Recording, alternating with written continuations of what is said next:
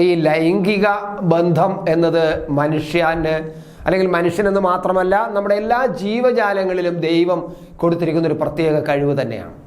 അത് മനുഷ്യന് കുറച്ച് കാര്യമായിട്ട് ആസ്വദിച്ച് കൈകാര്യങ്ങൾ ചെയ്യാൻ അറിയാം. മറ്റേ ജീവികളും അത് ആസ്വദിക്കുന്നില്ല നമുക്ക് പറയാൻ പറ്റില്ല.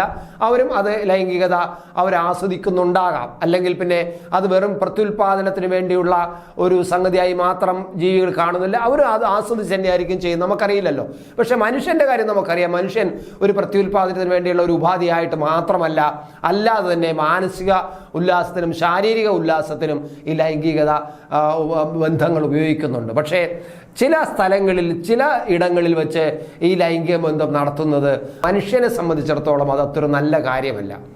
ഇപ്പോൾ ഓരോരുത്തർക്കും ഓരോ ആഗ്രഹം കാണും. ആകാശത്ത് വെച്ച് ലൈംഗിക ബന്ധം നടത്തണം, വെള്ളത്തിനടിയിൽ വെച്ച് ലൈംഗിക ബന്ധം നടത്തണം, ഗുഹയ്ക്കകത്തിരുന്ന് ലൈംഗിക ബന്ധം നടത്തണം, അങ്ങനെയൊക്കെ പല ആഗ്രഹങ്ങൾ മനുഷ്യനുണ്ടാകാം.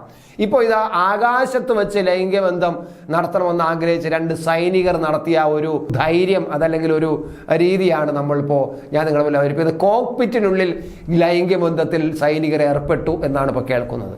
വിമാനത്തിന്റെ കോക്പിറ്റിനുള്ളിൽ ആകാശത്ത് ആടി ഉലഞ്ഞ് ഹെലികോപ്റ്റർ ഇങ്ങനെ ആടി ഉലഞ്ഞപ്പോൾ അത് എന്തുകൊണ്ടാണെന്ന് പരിശോധിക്കേണ്ടി വന്നു. എന്തായാലും ഹെലികോപ്റ്ററിന്റെ കോക്പിറ്റിനുള്ളിൽ ലൈംഗിക ബന്ധത്തിലേർപ്പെട്ട 2 സൈനികരെ പിടികൂടി എന്നാണ് ഇപ്പോൾ കേൾക്കുന്നത്. അസാധാരണമായ ശബ്ദത്തോടെ ഹെലികോപ്റ്റർ ആകാശത്ത് ആടി ഉലയുന്നത് ഗ്രൗണ്ട് സ്റ്റാഫിന്റെ ശ്രദ്ധയിൽപ്പെടുകയായിരുന്നു. 90 കോടി രൂപ വിലയുള്ള അപ്പാച്ചെ ഹെലികോപ്റ്ററിലാണ് സൈനികർ ലൈംഗിക ബന്ധത്തിൽ ഏർപ്പെട്ടത് എന്നാണ് പുറത്തു വരുന്ന വിവരം. പതിവ് അറ്റകുറ്റപ്പണികൾക്കായി ഹെലികോപ്റ്ററിനുള്ളിൽ കയറിയ 2 സൈനികർ ഹെലികോപ്റ്ററിന്റെ കോക്പിറ്റിനുള്ളിൽ അർത്ഥനഗ്നരായി ലൈംഗിക ബന്ധത്തിൽ ഏർപ്പെടുകയായിരുന്നു എന്നാണ് ഇപ്പോൾ അറിയുന്നത്. ഇരുവരും മദ്യപിച്ചിരുന്നതായി സംശയിക്കുന്നതായും ഒരു പത്രം പ്രധാനമായിട്ടും റിപ്പോർട്ട് ചെയ്തിരിക്കുന്നു. പക്ഷേ ഇത് സംഭവിച്ചത് ഇപ്പോഴൊന്നുമല്ല കേട്ടോ. കാരണം അത് പുറത്തു വരാതെ സൈനിക മേഖലയിലായതുകൊണ്ട് ഇതിങ്ങനെ മൂടി വച്ചിരിക്കുകയായിരുന്നു. സൈന്യത്തിൽ നിന്നൊരു വാർത്ത പുറത്തു പോകുക എന്ന് പറഞ്ഞാൽ വളരെ പ്രയാസമാണല്ലോ. അതുകൊണ്ട് ഒരിക്കലും ഇന്നലെയോ മെനിഞ്ഞാന്ന് നടന്ന സംഭവമല്ല. 2016 ഇത്തരത്തിലൊരു സംഭവം നടന്നത്. ഇപ്പോൾ അത് ചില മാധ്യമങ്ങളിൽ ചില പത്രങ്ങളിലൊക്കെ അത് എങ്ങനെയോ ചുരന്ന് കിട്ടി വന്നപ്പോഴാണ് ഇത് പുറത്തു വന്നിരിക്കുന്നത്.